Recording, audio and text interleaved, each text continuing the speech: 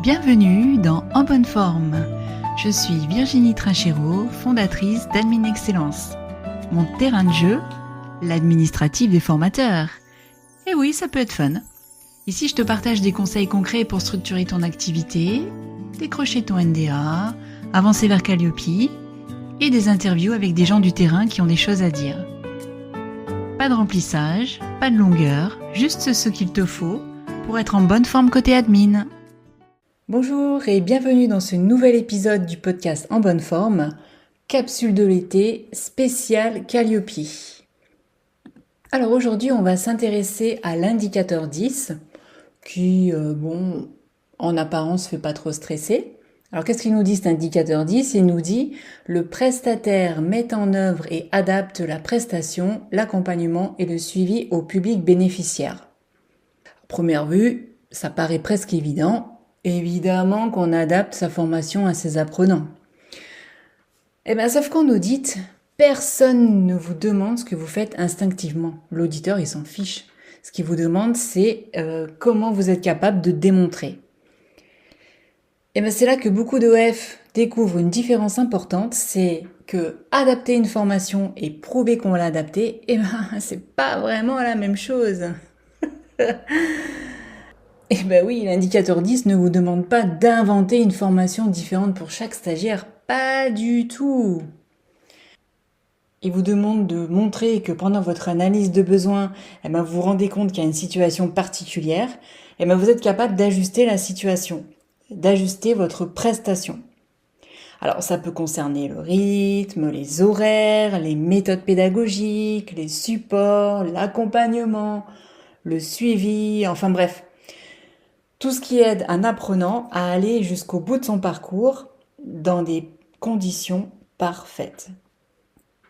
C'est quoi l'erreur la plus fréquente ? C'est confondre personnalisation et improvisation. Parce que l'auditeur, lui, il cherche pas des miracles pédagogiques. Lui, il veut une logique. Ça, on l'a déjà vu dans les épisodes précédents. Tout simplement, vous avez identifié un besoin et vous êtes capable de montrer à l'auditeur que vous avez montré ce qui a changé. Imaginez la scène de l'audit. L'auditeur ouvre un de vos dossiers de formation.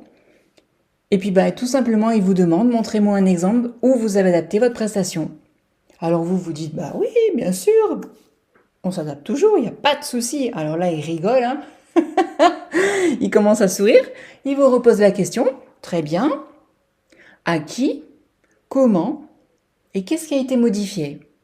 Et là, stress. Commence à transpirer. Le cerveau, il va fouiller dans son cerveau. Le cerveau, il fouille de partout. Il sait plus. Parce que vous vous souvenez très bien de cet apprenant-là.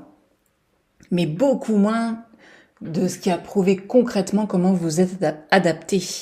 Alors, qu'est-ce que c'était ? Vous réfléchissez. C'était quoi ? C'était un mail ? C'était une fiche de suivi ? C'était une modif de planning ? Mais qu'est-ce que c'était ? Une trace dans le dossier ?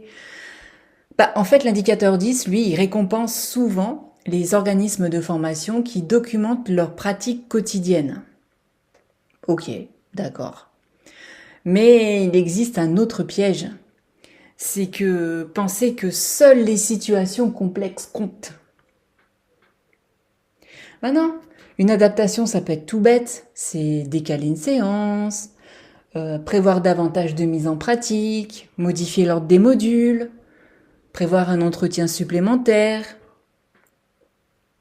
orienter un apprenant vers un référent handicap ou une ressource adaptée lorsque la situation le nécessite. En fait, ce qui compte, c'est pas l'ampleur de l'adaptation, mais surtout sa cohérence avec le besoin que vous avez identifié. Et puis pour l'audit, c'est surtout sa traçabilité. Parce que, attention, pour cet indicateur 10, si vous ne prouvez pas que vous vous êtes adapté face à cette situation, vous pouvez aller directement à une conformité majeure. Oui, je sais, c'est tout bête, mais il n'y a pas de conformité mineure pour cet indicateur. Donc c'est soit vous le faites, soit c'est non-conformité majeure. Donc vraiment, il faut lui accorder beaucoup d'attention, malgré tout ce qu'on pense. Si vous deviez retenir vraiment une chose aujourd'hui, ce serait celle-ci. Ne cherchez pas à fabriquer des preuves pour Calliope. Justement, on l'a déjà vu dans l'épisode précédent, prenez juste l'habitude de conserver la trace des ajustements que vous faites déjà. Parce que je suis sûre que vous adaptez régulièrement votre formation, c'est obligé. Mais la question en fait à se poser, c'est est-ce qu'il y a une personne extérieure qui pourrait le comprendre ? Et puis surtout en ouvrant votre dossier 6 mois plus tard, est-ce que vous pourriez vous rappeler ? Est-ce que la personne elle va avoir une logique, elle va avoir des preuves, elle va avoir tout un enchaînement, enfin ouais, voilà. Eh bien, si la réponse est oui, c'est que vous êtes en pleine satisfaction de l'indicateur 10. Et ben voilà pour cette nouvelle capsule Calliope de l'été. Si cet épisode vous a plu ou vous a aidé, partagez-le à un collègue formateur qui pense que lui, je m'adapte naturellement, ça suffit. Et puis si vous voulez que je décortique un nouvel indicateur, dites-le moi en commentaire ou envoyez-moi un message. Vous avez tous les contacts en description. Et puis en attendant, gardez bien vos preuves et puis surtout gardez votre calme.